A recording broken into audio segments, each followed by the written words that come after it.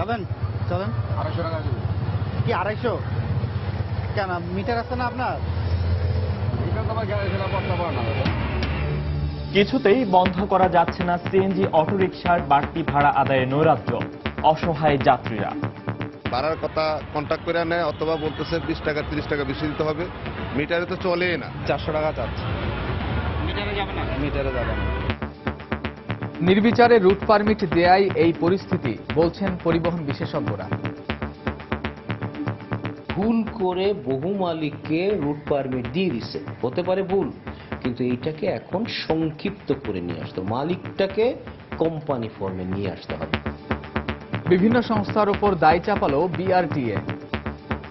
এটা বিআরটিএ যেমন বিষয়, এটা মালিক শ্রমিক সংগঠনের বিষয়, এটা যাত্রী সাধারণের বিষয়, এবং এখানে যে law and order enforcing authority আছে সকলেরই এটা সম্মিলিত একটা প্রচেষ্টা। দেখছিলেন বিশেষ শিরোনাম। সন্ধ্যার সময় সঙ্গে আছে আমি কামরুজ্জামান মামুন এবং আমি ফয়সাল মোর্শেদ। এবার অন্যান্য শীর্ষ সংবাদ। রাজধানী থেকে জেএমবির 5 সদস্য আটক। 31st নাইটে হামলার পরিকল্পনা ছিল। শীর্ষ নেতারা নিহত হওয়ার পর 90 জেএমবি শক্তিশালী করার দায়িত্ব পায় পলাতক মুসা। জেলা পরিষদ নির্বাচনে 38টির মধ্যে চেয়ারম্যান পদে 24টিতেই আওয়ামী লীগ সমর্থিত প্রার্থীর জয়। নির্বাচন সুষ্ঠু ও শান্তিপূর্ণ হয়েছে বলছে ইসি। সৌন্দর্য বর্ধনের নামে হারিয়ে যাচ্ছে ঢাকা বিশ্ববিদ্যালয়ের কলা ভবনের সবুজ চত্বর। কাজ বন্ধের দাবি শিক্ষার্থীদের। উপাচার্য বলছেন ভিন্ন কথা। এবং সিরিজে ঘুরে দাঁড়ানোর প্রত্যয় নিয়ে ভোরে নিউজিল্যান্ডের বিপক্ষে দ্বিতীয় ওয়ানডেতে মাঠে নামছে টাইগাররা। কিউইদের লক্ষ্য সিরিজ নিশ্চিত করা।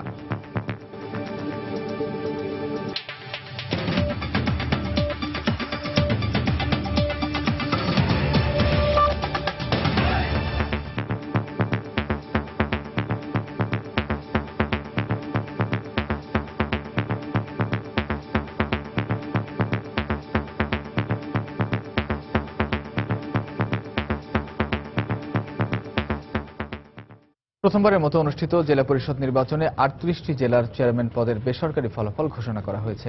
ঘোষিত ফলাফলে 24টিতে আওয়ামী লীগ সমর্থিত, 10টিতে আওয়ামী লীগের বিদ্রোহী প্রার্থী এবং 4টিতে স্বতন্ত্র প্রার্থী জয় পেয়েছেন। এর আগে 3 পার্বত্য জেলা বাদে বাকি 61টি জেলার 836টি কেন্দ্রে ভোট গ্রহণের গণনা শেষে ফলাফল ঘোষণা করা হয়। এবারই প্রথম জেলা পরিষদ চেয়ারম্যান সাধারণ ও সংরক্ষিত সদস্য নির্বাচনে ভোট দিলেন স্থানীয় সরকারের জনপ্রতিনিধিরা। ভোটে 61 জেলায় চেয়ারম্যান পদে 146 জন, কাউন্সিলর পদে 2986 জন ও মহিলা কাউন্সিলর পদে 806 জন প্রতিদ্বন্দ্বিতা করেন। তবে চেয়ারম্যান পদে 21 জেলায় একক প্রার্থী থাকায় সেসব এলাকায় শুধু সদস্য ও সংরক্ষিত সদস্য প্রার্থী বাছাইয়ে ভোট হয়েছে। এছাড়া উচ্চ আদালতের নির্দেশে কুষ্টিয়া ও বগুড়ার চেয়ারম্যান পদে এবং অপর 20 জেলায় 34টি ওয়ার্ডে নির্বাচন স্থগিত রয়েছে। এদিকে জেলা পরিষদ নির্বাচন সুষ্ঠু এবং শান্তিপূর্ণ হয়েছে বলে মন্তব্য করেছেন প্রধান নির্বাচন কমিশনার কাজী রকিবউদ্দিন আহমদ।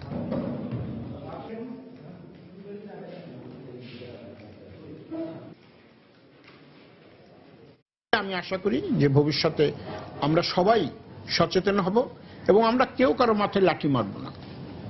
আমরা আমাদের অভিযোগ আদালতের মাধ্যমে, আইনের মাধ্যমে আমরা এটার বিচার চাই। দুষ্কৃতকারী ইজ এ দুষ্কৃতকারী, সে কোনো দলের সদস্য হতে পারে না এবং সব দলই আমাদেরকে বলেছেন যে না, দুষ্কৃতকারীরা আমাদের কেউ নয়, সর্ট দেম আউট।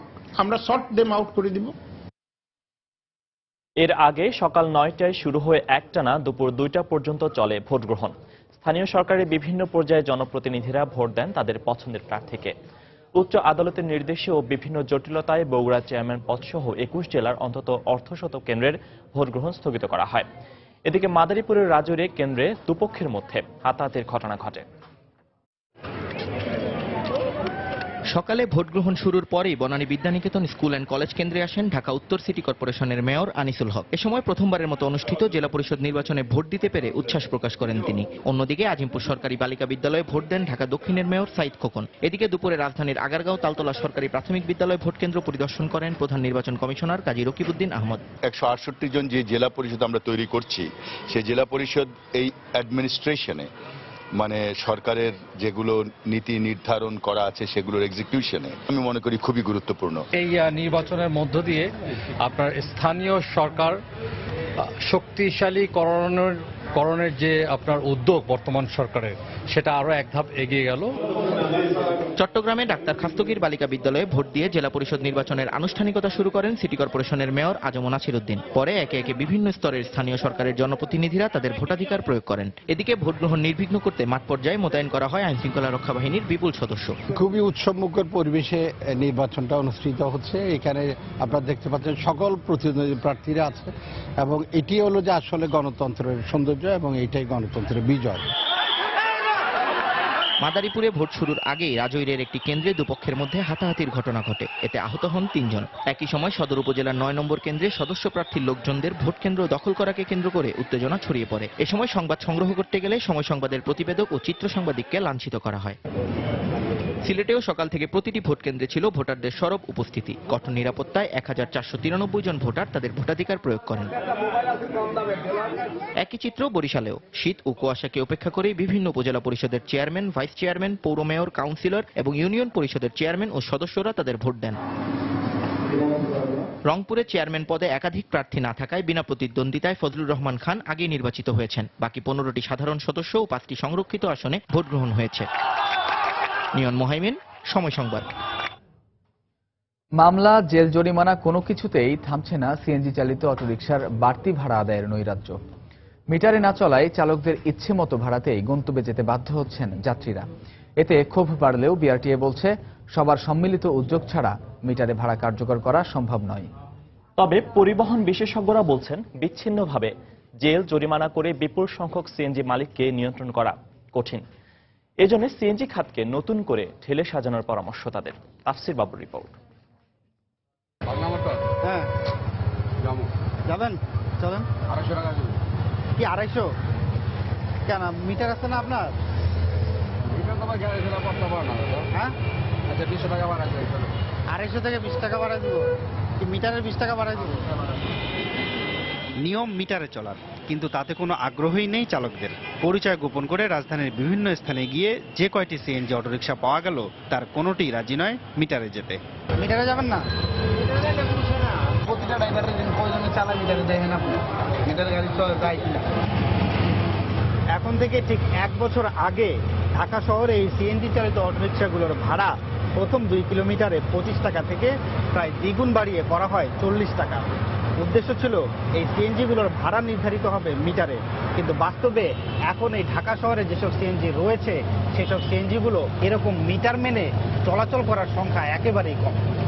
এই অবস্থায় প্রতিদিনই জরুরি কাজে বের হওয়া যাত্রীদের গুনতে হচ্ছে বাড়তি ভাড়া। এ নিয়ে যাত্রীদের মধ্যে ক্ষোভ থাকলেও চালকরা বলছেন ভিন্ন কথা। তো 4 জন রিজার্ভ করলাম, সিএনজি 400 টাকা চাচ্ছে। মিটারে যাবে না? মিটারে যাবে না। বাড়ার কথা কন্ট্যাক্ট করে নেয় অথবা বলতেছে 20 টাকা 30 টাকা বেশি দিতে হবে। মিটারে তো চলেই না। জমা 900, খরচ 600, 1500, অনেক খরচ। তারপর নিজের কিছু পাইতে হবে, তার জন্য 2-1টা কন্টাকে মারে, সব মারে না। তবে বিআরটিএ বলছে চালক মালিকদের সঙ্গে আলোচনার ভিত্তিতে 1 বছর আগে যে ভাড়া নির্ধারণ করা হয়েছিল তা মানতেই হবে চালকদের। অ্যাকশন নেওয়া হচ্ছে, জেলে দেওয়া হচ্ছে, আপনার ফাইন করা হচ্ছে। এটা বিআরটিএর যেমন বিষয়, এটা মালিক শ্রমিক সংগঠনের বিষয়, এটা যাত্রী সাধারণের বিষয় এবং এখানে যে law and order enforcing authority আছে সকলেরই এটা সম্মিলিত একটা প্রচেষ্টার বিষয়। তবে পরিবহন বিশেষজ্ঞ বলছেন সিএনজি অটোরিকশা খাতটি অসংখ্য মালিকের অধীনে থাকার কারণেই একে নিয়ন্ত্রণ করা যাচ্ছে না। জেল জরিমানা যাই দেই, দৃশ্যমান উন্নতি হচ্ছে না কেন? কারণ হাজারে হাজারে মালিক এই জায়গায় ভুল করে বহু মালিককে রুট পারমিট দিয়ে দিচ্ছে। হতে পারে ভুল, কিন্তু এইটাকে এখন সংক্ষিপ্ত করে নিয়ে আসতে, মালিকটাকে কোম্পানি ফর্মে নিয়ে আসতে হবে। তার মতে সিএনজি অটোরিকশা খাতকে এখনই নিয়ন্ত্রণে আনা না গেলে পরে পরিস্থিতি আরো জটিল আকার ধারণ করবে। যত দেরি হবে তাফসির বাবু, সময় সংবাদ, ঢাকা। বেশি জটিল। সন্ধ্যার সময় আরো থাকছে। চট্টগ্রামের 16 শহরে সিএনজি অটোরিকশা চালকের অসতর্কতায় শাটল ট্রেনের ধাক্কায় মা মেয়ের মৃত্যু। আশঙ্কাজনক অবস্থায় আরো 2 জন হাসপাতালে ভর্তি।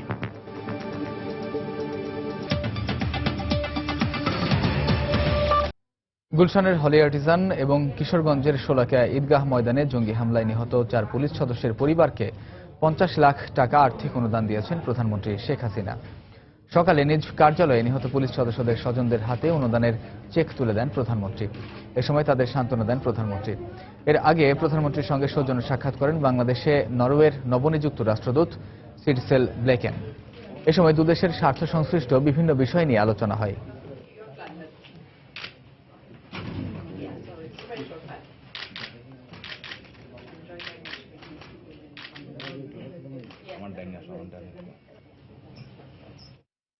প্রধানমন্ত্রীকে বহনকারী বিমানে যান্ত্রিক ত্রুটির ঘটনায় মামলায় বাংলাদেশি বিমানের আত্মসমর্পণকারী 2 কর্মকর্তাকে 7 দিন করে রিমান্ড মঞ্জুর করেছেন সিএমএম আদালত। গত 22 ডিসেম্বর আত্মসমর্পণকারী কর্মকর্তা রুকনুজ্জামান ও সিদ্দিকুর রহমান ঢাকা মহানগর হাকিম স্নিগ্ধা রানী চক্রবর্তীর আদালতে আত্মসমর্পণ করলে আদালত তাদেরকে কারাগারে পাঠান। একই দিন মধ্যরাতে বাংলাদেশি বিমানের সাময়িক বরখাস্তকৃত 7 কর্মকর্তাকে গ্রেফতার করে পুলিশ। গ্রেফতারকৃত 7 জন হলেন বিমানের প্রোডাকশন বিভাগের ভারপ্রাপ্ত প্রধান প্রকৌশলী দেবেশ চৌধুরী, পরিদর্শন ও মান নিশ্চিতকরণ বিভাগের ভারপ্রাপ্ত প্রধান প্রকৌশলী এস সিদ্দিক। এছাড়াও রয়েছেন লুৎফুর রহমান, বিল্লাল হোসেন, সামিউল হক, মিলন চন্দ্র বিশ্বাস এবং জাকির হোসেন। গত 20 ডিসেম্বর রাতে বাংলাদেশ বিমানের ইঞ্জিনিয়ারিং অ্যান্ড মেইনটেন্যান্স বিভাগের পরিচালক এস.এম. আসাদুজ্জামান বাংলাদেশ এয়ারলাইন্সের 9 প্রকৌশলীর বিরুদ্ধে বিমানবন্দর থানায় মামলা দায়ের করেন।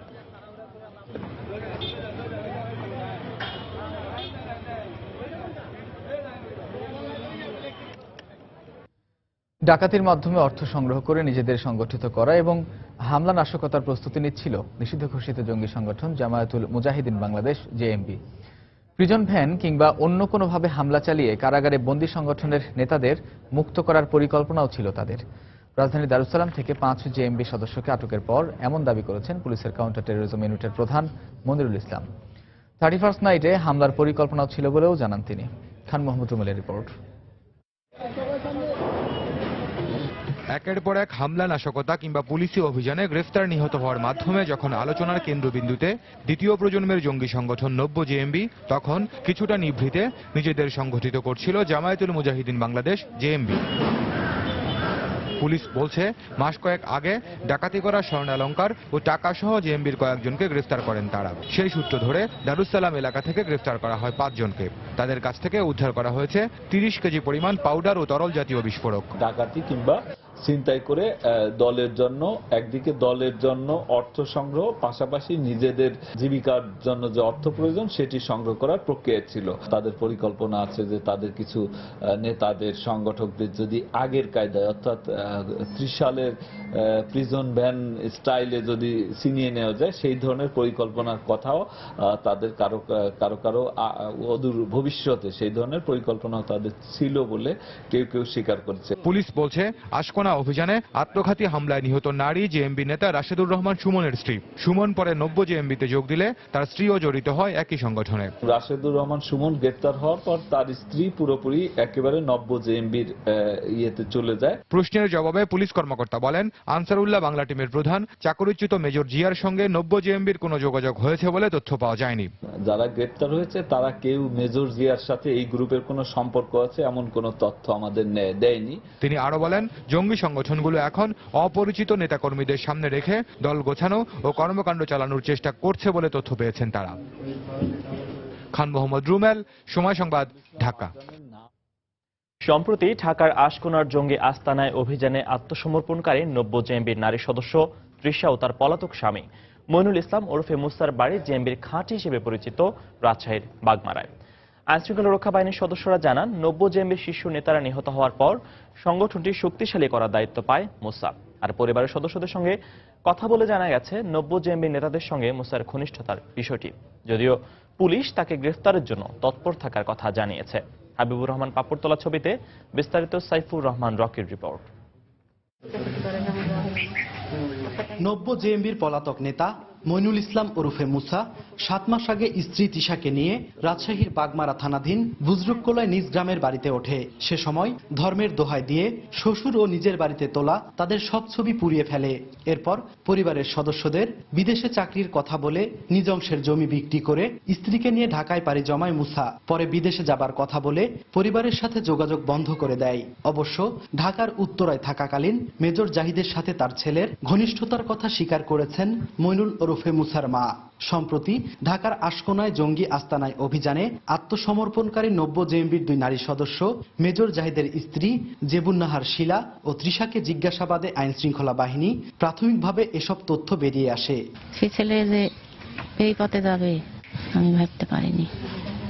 এখন আমার দুর্ভাগ্য। বিদেশ যাওয়ার জন্য যে পরিকল্পনা করছিল মা বোনের সাথে কথা বলে, পরবর্তীতে ওরা মা এবং বোন জমি বিক্রি করার জন্য বলছিল। বিয়ের পরে আমার মেয়েকে দেখতাম যে জামাই বলতো যে পর্দা করতে হবে, পর্দা করলে ভালো হবে। 2015 শিক্ষাবর্ষে ওই এলাকার একটি কলেজে ভর্তি হলেও ফর্মে কোনো ছবি পাওয়া যায়নি তৃষার। কলেজ কর্তৃপক্ষের দাবি ভর্তি হলেও ক্লাস করেনি সে। কিভাবে ভর্তি হয়েছিল জানি না, আমি তাকে কোনোদিন ক্লাসে দেখিনি। আমাদের তাকে ক্লাসে বা ফার্স্ট ইয়ার ফাইনাল পরীক্ষা বা সাময়িক কোনো ইয়েতে তাকে অ্যাটেন্ড করতে দেখিনি। তবে এলাকাবাসী জানায় নিখোঁজ হবার আগে গ্রামে আসলেও বাড়ি থেকে খুব একটা বের হতো না মুসা। পাড়া কারোর সাথে কোনো যোগাযোগ ছিল না, ঘন ঘন আসতো না, তো ঢাকায় থাকতো, পড়াশোনা করতো, ওখানেই থাকতো। বাগমারায় নিখোঁজ বা মামলার তালিকায় নাম না থাকলেও মুসার আচরণ সন্দেহজনক হওয়ায় তাকে গ্রেপ্তারের জন্য আগে থেকে তৎপর থাকার কথা জানায় পুলিশ। মুসার তো বাবা মারা গেছে, মায়ের সঙ্গে ওনার মা তেমন খুব একটা ভালো তথ্য দিতে পারে নাই। তারপরে আমরা চেষ্টা করতেছিলাম যে মুসা কোথায় আছে, কি অবস্থা ছিল জানার জন্য।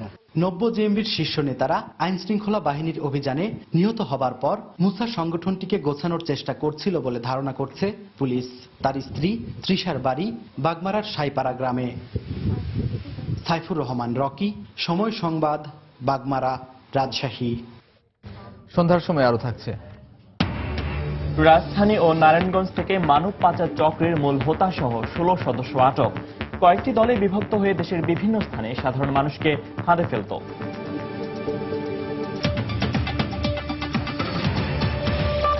কোনো ইস্যু খুঁজে না পেয়ে বিএনপি নেত্রী বেগম খালেদা জিয়া নারায়ণগঞ্জ সিটি কর্পোরেশন নির্বাচনকে প্রশ্নবিদ্ধ করতে অন্ধকারে ঢিল ছুঁড়ছেন বলে মন্তব্য করেছেন সড়ক পরিবহন ও সেতুমন্ত্রী ওবায়দুল কাদের। এ সময় জঙ্গিবাদ একটি বৈশ্বিক সমস্যা উল্লেখ করে তা নির্মূলের শপথ নেওয়ার জন্য নেতাকর্মীদের প্রতি আহ্বান জানান তিনি। বিকেলে রাজধানীর কাকরাইলে ডিপ্লোমা ইঞ্জিনিয়ার্স ইনস্টিটিউশন মিলনায়তনে এক অনুষ্ঠানে তিনি একথা বলেন। ষড়যন্ত্রে দিয়ে যাদের জন্ম, ষড়যন্ত্রের মধ্যেই যাদের বিকাশ, তারাই কথায় কথায় ষড়যন্ত্রের গন্ধ খুঁজে কিছু না পেয়ে এখন বিএনপি নেত্রী অন্ধকারে ঢিল ছুটছে। আমরা শপথ নেব সাম্প্রদায়িক উগ্রবাদের যে বিষ বৃক্ষ, এই বিষ বৃক্ষকে উপড়ে ফেলতে হবে। খণ্ড খণ্ড প্রতিবাদ করে কিছুই হবে না। আগামী কয়েক বছরের মধ্যে বুড়িগঙ্গা নদীকে আগের রূপে ফিরিয়ে আনা হবে বলে জানিয়েছেন খাদ্যমন্ত্রী অ্যাডভোকেট কামরুল ইসলাম। বিকেলে জাতীয় গণগ্রন্থাগারে বইয়ের প্রকাশন অনুষ্ঠানে তিনি একথা জানান। এ সময় তিনি আরো বলেন, সরকারের বুড়িগঙ্গা নদীকে দখলমুক্ত করার পাশাপাশি দূষণমুক্ত করতেও কাজ করছে। আমরা ছোটবেলায় যে ঢাকা দেখছি সেই ঢাকা এখন আর নাই। ঢাকা বুড়িগঙ্গার তীরে ঢাকা, এটা যেমন এখন আর বলতেও কষ্ট হয়, সেই বুড়িগঙ্গার নেই। বুড়িগঙ্গা অত্যন্ত দূষিত, দখল হয়ে গেছে, দূষিত পানি। সরকার অবশ্য পদক্ষেপ গ্রহণ করেছে বুড়িগঙ্গাকে উদ্ধার করার, এবং ইনশাল্লাহ নৌবাহিনীর উপর দায়িত্ব ন্যস্ত করা হয়েছে, বুড়িগঙ্গা উদ্ধার করা হবে ইনশাল্লাহ। আগামী কয়েক বছরের মধ্যেই আমরা বুড়িগঙ্গাকে আগের রূপে ফিরিয়ে আনতে পারবো। খননও হবে, উদ্ধারও হবে, দূষণমুক্ত হবে। চট্টগ্রাম বিশ্ববিদ্যালয় থেকে ছেড়ে আসা শাটল ট্রেনের ধাক্কায় সিএনজি অটোরিকশায় থাকা মা মেয়ের মৃত্যু হয়েছে। আহত হয়েছেন আরো 2 জন। দুপুরে 16 শহর রেল স্টেশন এলাকায় এই দুর্ঘটনা ঘটে। প্রত্যক্ষদর্শীরা জানান, ফরেস্ট গেট লেভেল ক্রসিং পার হওয়ার সময় ইঞ্জিন বিকল হয়ে গেলে সিএনজি রেখে পালিয়ে যায় চালক। এ সময় বিশ্ববিদ্যালয় থেকে ছেড়ে আসা শাটল ট্রেনের ধাক্কায় সিএনজি অটোরিকশাটি রাস্তার পাশে ছিটকে পড়ে। এতে ঘটনাস্থলে একজন নিহত হন। তাৎক্ষণিকভাবে আহত 3 জনকে উদ্ধার করে হাসপাতালে নেওয়ার পর সেখানে আরও একজনের মৃত্যু হয়। আহত বাকি 2 জনের অবস্থা আশঙ্কাজনক বলে জানিয়েছেন চিকিৎসক। হতাহতরা সবাই একই পরিবারের সদস্য বলে জানিয়েছে পুলিশ। সৌন্দর্য বর্ধনের নামে কংক্রিটের আস্তরণে ঢাকা পড়ছে ঢাকা বিশ্ববিদ্যালয়ের কলাভবনের সামনের সবুজ চত্বর। এতে ক্ষোভ প্রকাশ করে কাজ বন্ধের দাবি জানিয়েছেন শিক্ষার্থীরা মতামত ছাড়াই। বিশ্ববিদ্যালয় কর্তৃপক্ষ এই কর্মকাণ্ড পরিচালনা করছে বলে অভিযোগ তাদের। তবে উপাচার্যের দাবি, শিক্ষার্থীদের দীর্ঘদিনের চাওয়ার মুখেই কাজ শুরু করা হয়েছে। তারেকুজ্জামান শিমুলের রিপোর্ট। ইট পাথরের রাজধানীতে একখণ্ড সবুজের নাম ঢাকা বিশ্ববিদ্যালয়। ব্যস্ত নাগরিক জীবনে তাই একটুখানি সুযোগ মিললেই এখানে ছুটে আসেন নগরবাসীর অনেকে। সবুজ সান্নিধ্যে খুঁজে পান প্রশান্তির ছায়া। কোটি প্রাণের প্রিয় সেই ক্যাম্পাস এখন ক্রমেই ঢাকা পড়ছে কংক্রিটের আস্তরণে। সবুজ উপর ফেলে বসানো হচ্ছে ইট, কোথাও বা মাথা তুলে দাঁড়াচ্ছে কৃত্রিম ফোয়ারা।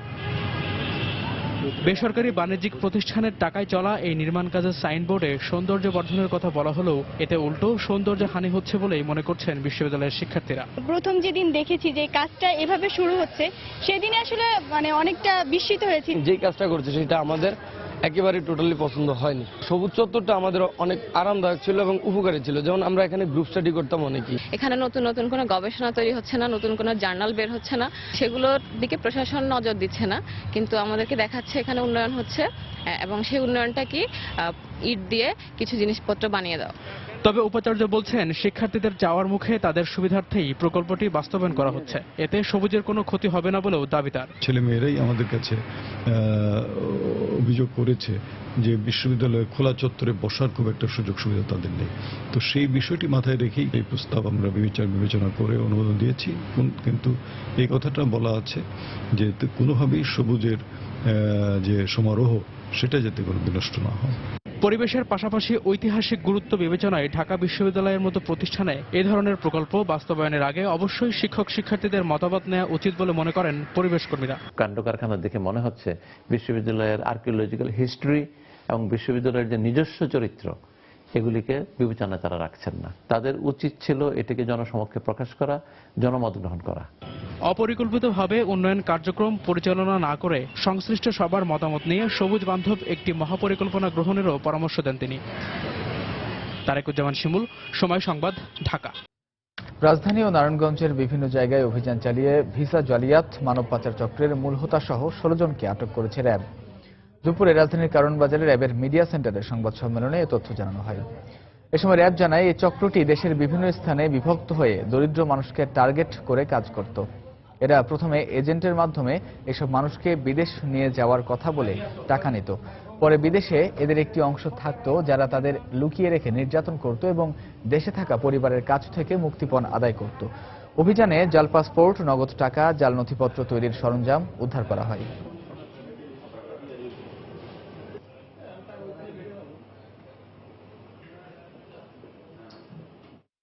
এই প্রতারক চক্রগুলো মূলত দেশে বিভিন্ন দলে বিভক্ত হয়ে বিভিন্ন স্থান থেকে ব্যক্তি, গরিব মানুষ যারা কাজের সন্ধানে বিদেশে যেতে চায় বা একটু আর্থিক সচ্ছলতা অর্জন করতে চায় তাদেরকে টার্গেট হিসাবে বেছে নিয়ে এই প্রতারণার প্রক্রিয়াটা সম্পন্ন করত। অবৈধ পথ অবলম্বন করে ম্যানেজ করে এদেরকে বিদেশে পাঠানোর চেষ্টা করত। আরেকটি দল যারা বিদেশে বসে এদেরকে রিসিভ করে এদেরকে বিভিন্ন স্থানে গোপনে লুকায় রাখত। দেশের বাইরের খবর। যুক্তরাষ্ট্রের নিউ ইয়র্কে ট্রাম্প টাওয়ারে সন্দেহজনক প্যাকেট পাওয়ায় সেখান থেকে তাৎক্ষণিকভাবে সব মানুষকে সরিয়ে নেওয়া হয়েছে। স্থানীয় সময় মঙ্গলবার রাতে ট্রাম্প টাওয়ারের লবিতে সন্দেহজনক একটি প্যাকেট দেখতে পান নিরাপত্তা কর্মীরা। এ সময় সবাইকে দ্রুত টাওয়ার ও এর আশপাশ ছেড়ে যেতে বলা হয়। এর পরপরই আতঙ্কিত হয়ে ছোটাছুটি করতে থাকেন সেখানে উপস্থিত পর্যটক ও কর্মচারীরা। পরে খবর পেয়ে প্যাকেটটি উদ্ধার করে পুলিশ। এতে বোমা আছে বলে ধারণা করা হলেও পরে প্যাকেটের ভেতর খেলনা পাওয়া যায়। তবে বিষয়টি খতিয়ে দেখা হচ্ছে। এ ঘটনার সময় নবনির্বাচিত প্রেসিডেন্ট ডোনাল্ড ট্রাম্প টাওয়ারে ছিলেন না। তিনি বর্তমানে ফ্লোরিডায় একটি রিসোর্টে অবকাশ যাপন করছেন।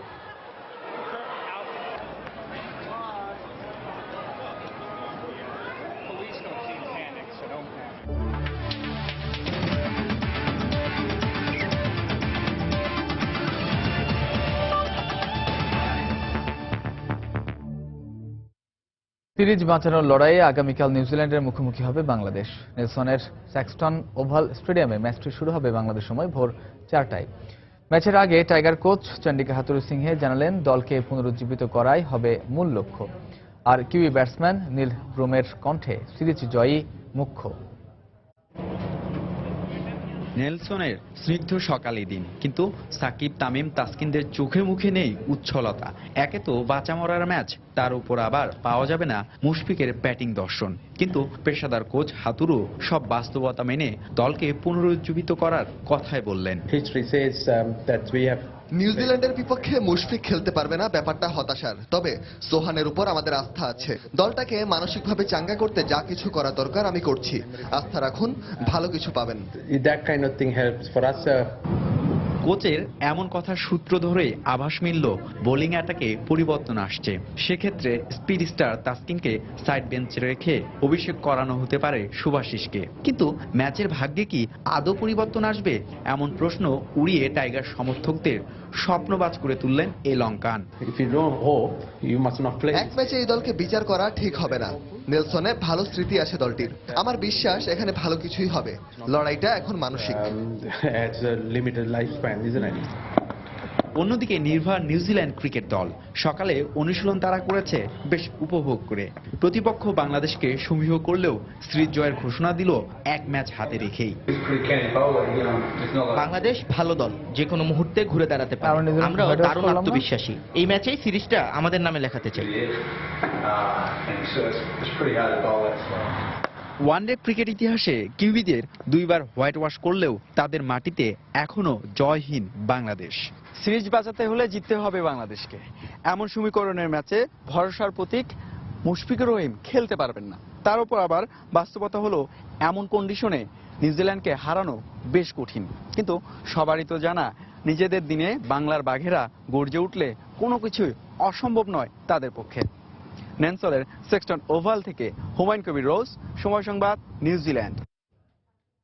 সন্ধ্যার সময় এ পর্যায়ে শীর্ষ সংবাদ জানিয়ে দিচ্ছি আরেকবার। জেলা পরিষদ নির্বাচনে 38টির মধ্যে চেয়ারম্যান পদে 24টিতে আওয়ামী লীগ সমর্থিত প্রার্থীর জয়।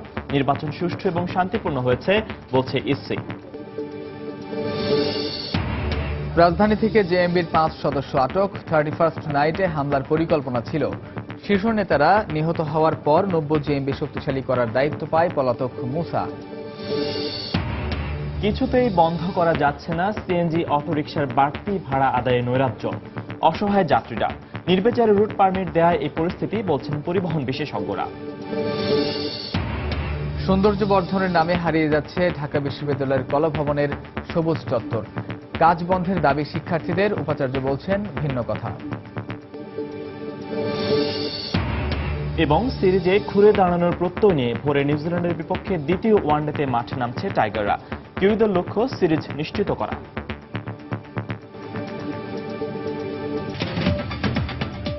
এই ছিল সন্ধ্যার সময়। যে কোনো খবর পেতে ভিজিট করুন সময়নিউজ.tv আর সঙ্গে থাকুন সময়ের।